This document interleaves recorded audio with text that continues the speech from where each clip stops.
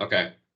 So hi, folks, and thanks, Heiko, for introducing me already. So to answer the question earlier on, yes, you can add your own ontology to OPC UA. There are fields for every node to add ontology. So I think in the specification, there is provisions for E-class and what's it called, CDS or CDM? I can't remember. But you can also add your own custom ontology if you have one, right? And what Heiko said is true. So OPC UA is actually independent of domain, and you can, through the modeling and adding semantic information, you make it domain specific. This is why, for example, it was relatively straightforward to add OPC UA support for LADs. We probably saw the announcement at HMI about the European Vending Machine Association also picking OPC UA. We've seen it used for professional kitchen equipment and so on. So it's not just industrial domains that OPC UA can be used for. And to be honest, the reason why Microsoft uses OPC UA is not because we think it's the best protocol in the world. It's actually protocol independent, but because of its data modeling and semantic information capabilities, right? So anyway, off to my talk. So I'm going to talk a little bit about automatic asset onboarding, specifically for assets that are fixed function assets, which are prevalent in the chemical industry. So that should be relevant to you. So in general, when we talk about the challenge that people are faced with in many industries, including chemicals and other related industries, is vendor lock-in. As you know, there's multiple ways to lock a customer into a proprietary ecosystem. All of them are bad, right? And certainly OPC UA has done wonders for the industry to break out of this vendor lock-in. So what are the things that we need to avoid vendor lock-in? Well, we need interoperability. How do you get interoperability is if you have 4 things in place, you need a common interface. And I have a rude analogy. So let's say you're a storyteller and you want to tell your story to the world. Well, you need an interface for your story. For example, a book, right? You write it down in the book. You also need a common data format. In the analogy, that would be, for example, the Latin alphabet. Then you need a common data model, for example, the English language. And then finally, also need common semantics, which are basically your story, right? That leverages all the other things on top, right? And if you have all 4 things, you can tell your story to the world, and people that don't know you can read your story. So what does that look like in a modern, robot? So let's say you are a vendor of industrial robots like KUKA is. Well, the interface that KUKA picked is OPC UA client server. There's also OPC UA pops up. So you need to pick your interface, right? So client server is the older, more common interface, but pops up is getting more and more popular as well. Then the data format, for example, would be the binary format that OPC UA defines. The data model is obviously your OPC UA information model that you built upon, right? So, and then finally the semantics, for example, could be the robotics companion spec as released by the VDMA. So with that, you have full interoperability. But we know not every device is OPC UA capable. So what do you do then? Well, you need a different set of interoperability things that you can use to describe the device or asset, right? So for example, if you have a very simple energy meter, for example, a Siemens Centron pack, then the interface is Modbus, but you can map that interface to OPC UA, of course. The data format as provided by Siemens is a JSON LD based one. The data model itself is a Web of Things thing description, also provided by Siemens. And the semantics are actually covered in the thing description under the protocol binding section, right? So basically in the protocol binding, you have all the information that you need to make sense of the registers that you read through Modbus, right? Including type information, length, how often you can pull it, and all those things. So that's another example, and a lot of people use, for example, this kind of interface to then map the asset to OPC UA to create this common normalized interface and interoperability. Okay, so why do we use OPC UA? So at Microsoft, we started, became a member of the OPC Foundation pretty much from the start. We had a historical connection because OPC DA was a Windows-based technology based on distributed COM. And OPC UA obviously became platform independent, but we joined the OPC Foundation pretty much from the start.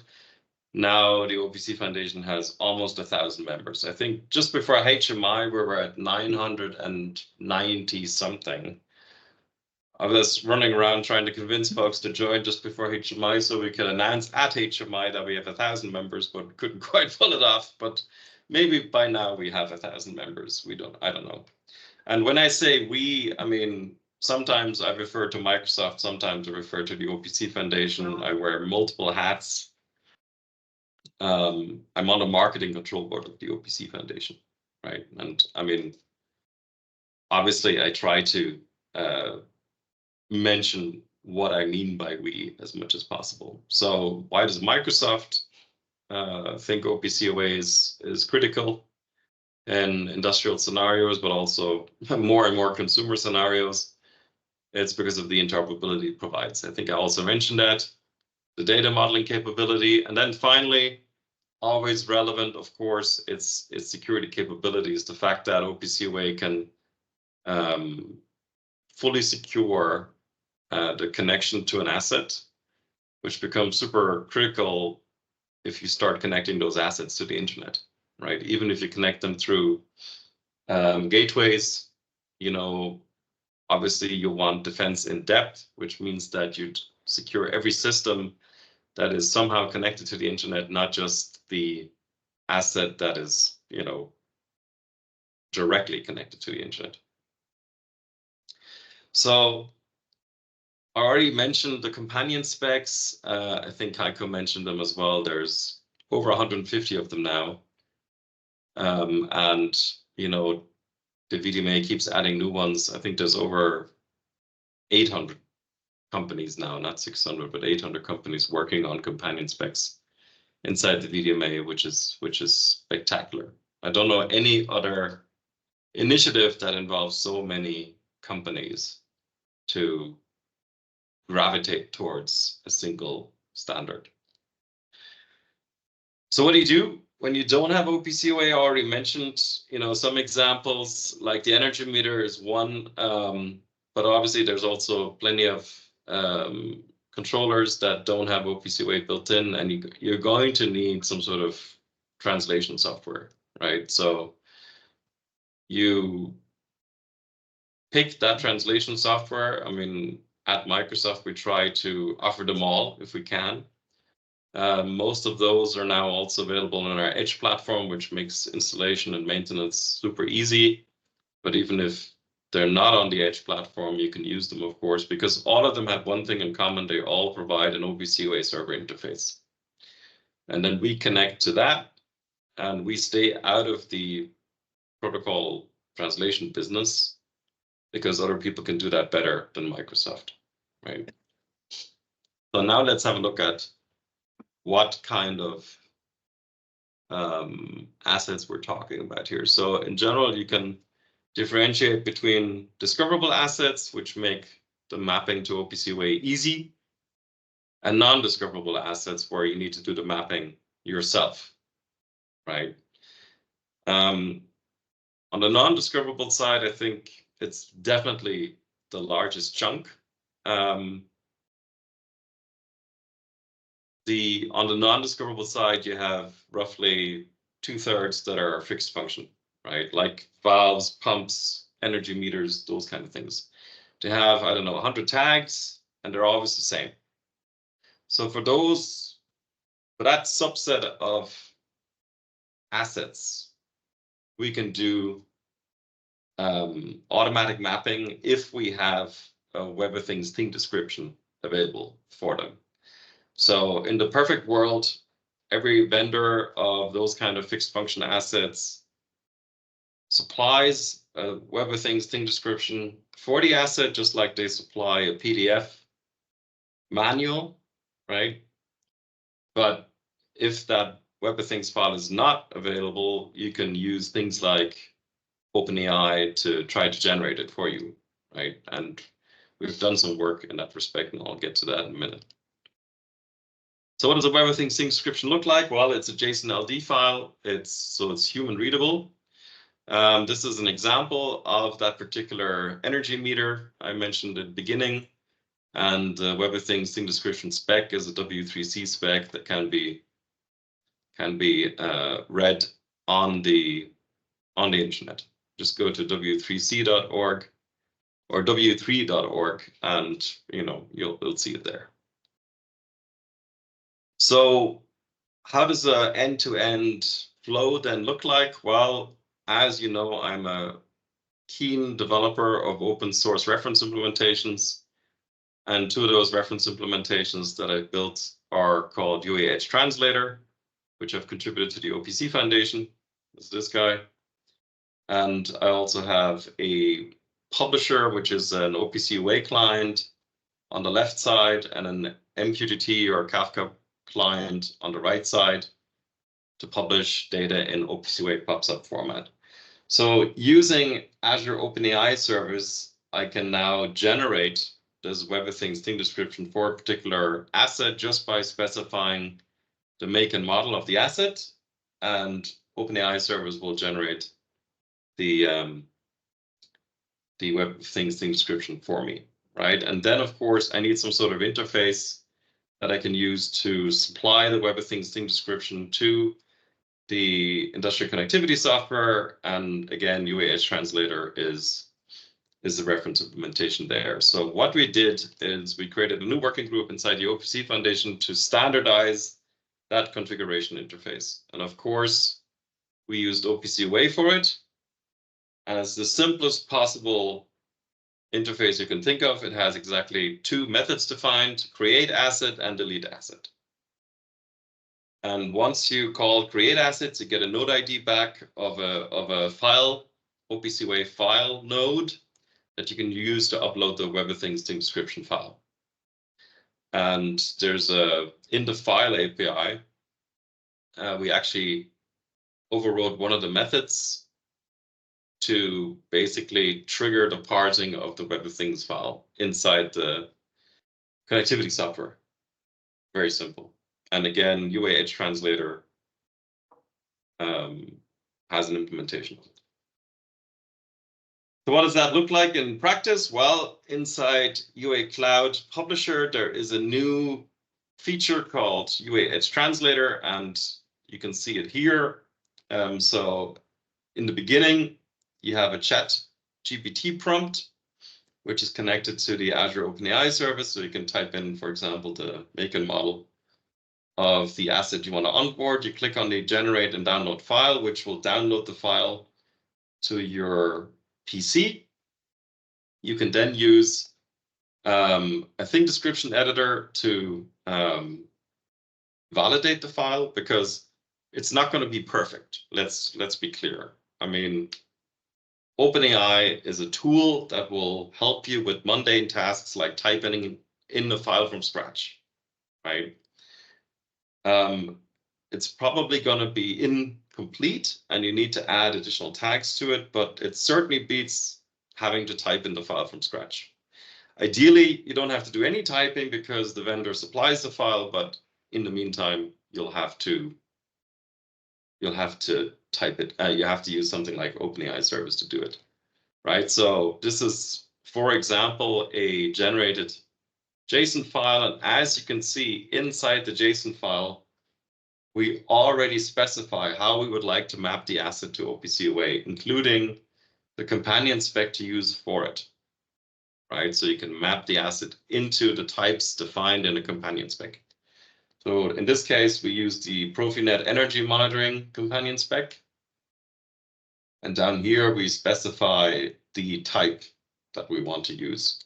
And this particular type here is a energy metering type that is defined inside PNEM, which makes the most sense because I think we're measuring voltage here, right? So that's what it looks like. This is a editor that Siemens actually open sourced through the Eclipse Foundation. So if you go to Eclipse github.io/editor, don't ask me why they spelled it that way, but they did. You can use that editor straight away. It's hosted by the Eclipse Foundation. You can open a Web of Things sync description file. It will do JSON validation and schema validation for you, which is really nice. And you can also define new properties and so on. You click the add button here and fill in the details.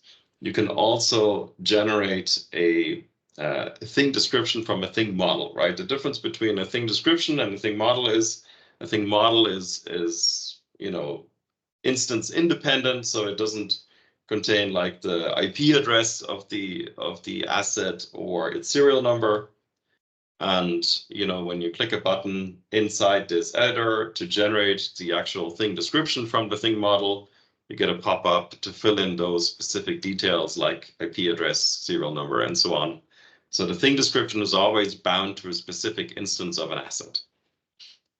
Once you're happy with the file, you can save it and then load it here in the prompt.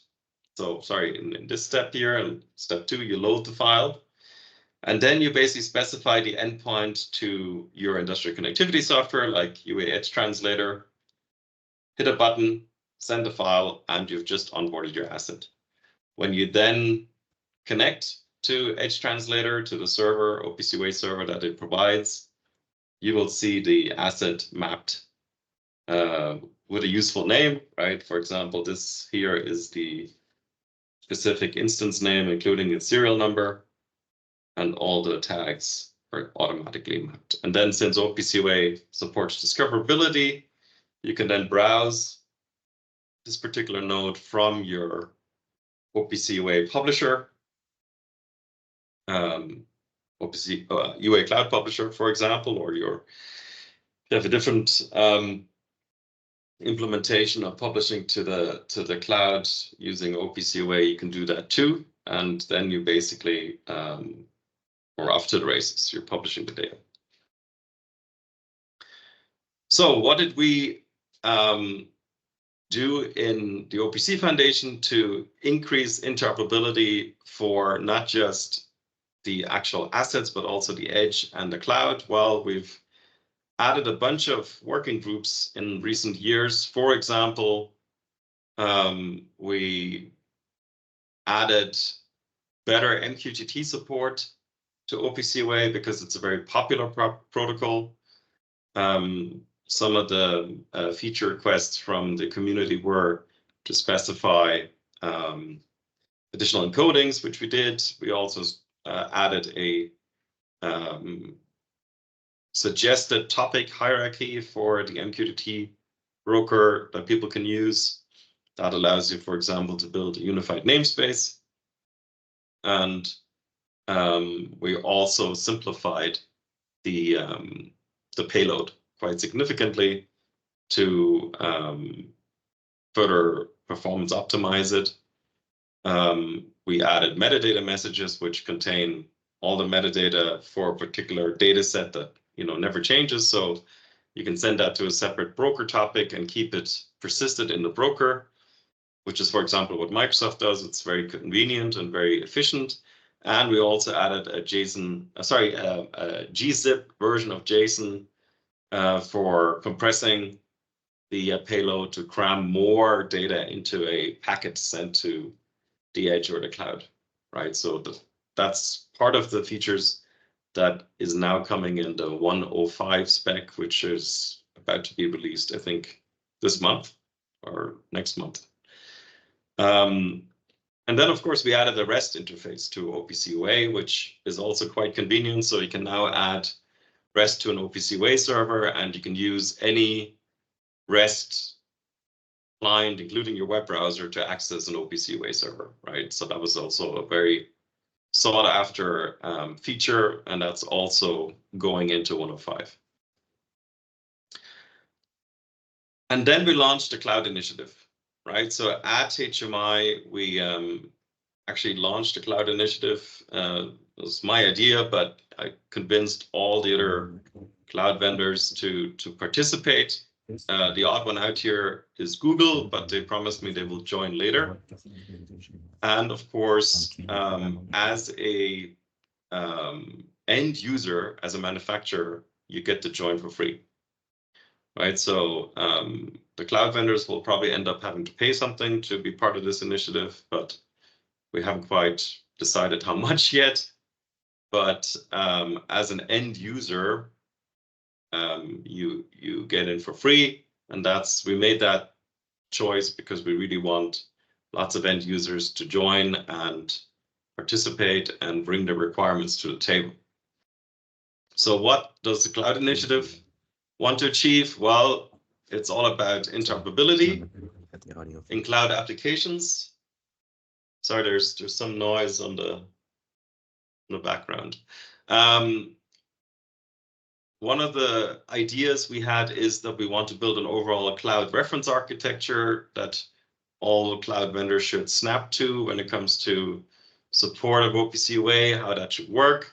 We also want to find good answers to some of the new EU regulations that come down the line. For example, the Digital Product Passport, but also the Data Act and the Cyber Resilience Act. And then, of course, we want to accelerate the use of OPC UA companion specs, as in the semantics, also in cloud services, right? Because at least the customers I talk to from a Microsoft perspective tell us loud and clear that once they've done all the modeling of their assets on the shop floor, they want to reuse those models in the cloud. They don't want to have to remodel anything, but just import the models from, for example, the cloud library, which is, of course, the online store of OPC UA companion specs, or in fact, any OPC UA information model. So the cloud library will also cater non-companion specs. And if you want to host your own cloud library instance, you can do that too. Because a lot of manufacturers have said, yeah, well, we have spent all the money on these information models, but we're not quite comfortable with sharing them with the community yet, but we still want to use them. Can we host the cloud library ourselves? And yes, you can. And then finally, we're going to set up some sort of certification program so people can request for cloud initiative certified products. And then it's up to the cloud vendors to actually say, yeah, our product is cloud initiative certified. So they, end users know what they're buying, basically. Okay, so I already mentioned most of this. So some of the best practices that we've established with the field level communications initiative over many years will be brought forward to the cloud initiative. And again, we're probably also going to set up new working groups. One of them that is already clear that we will certainly set up is an AI working group, specifically for leveraging large language models, what I've just showed you with generating Web of Things files and including the mapping information to OPC UA. It's a good example, but there's other examples, of course. So that AI working group is about to kick off, and the existing working groups that we already have will obviously also be merged into or under the umbrella, let's say, of the cloud initiative. So if you're interested, please reach out to the OPC Foundation. You can reach Stefan Hoppe directly. And, if you're a manufacturer specifically, and, become a member, and then, we'll bring the industry forward, similar to what we've done in the field level initiative, also for the cloud. And that is the end of my presentation. Thank you for listening. Any questions?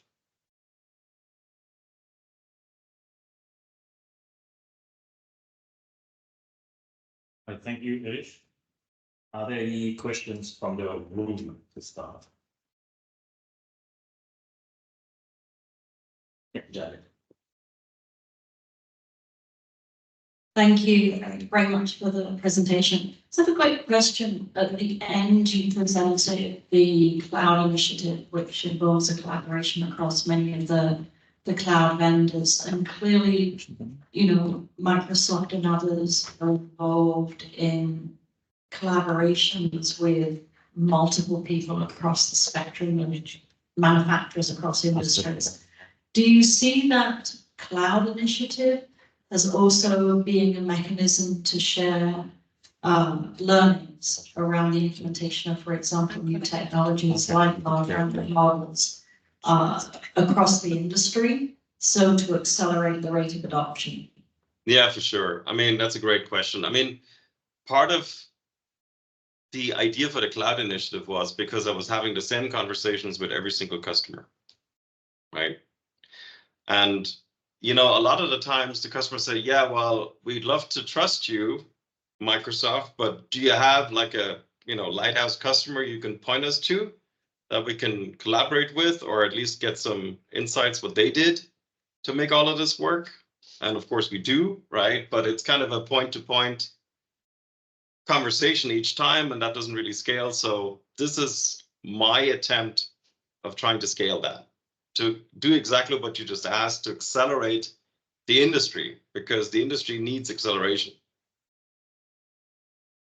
And I think, coming together, sitting around a table or a conference call is definitely better than having these point-to-point conversations and having to solve the same problem over and over again. Thank you. Because the questions are always the same. Thank you, Mr. Okay, thank you again. Exactly.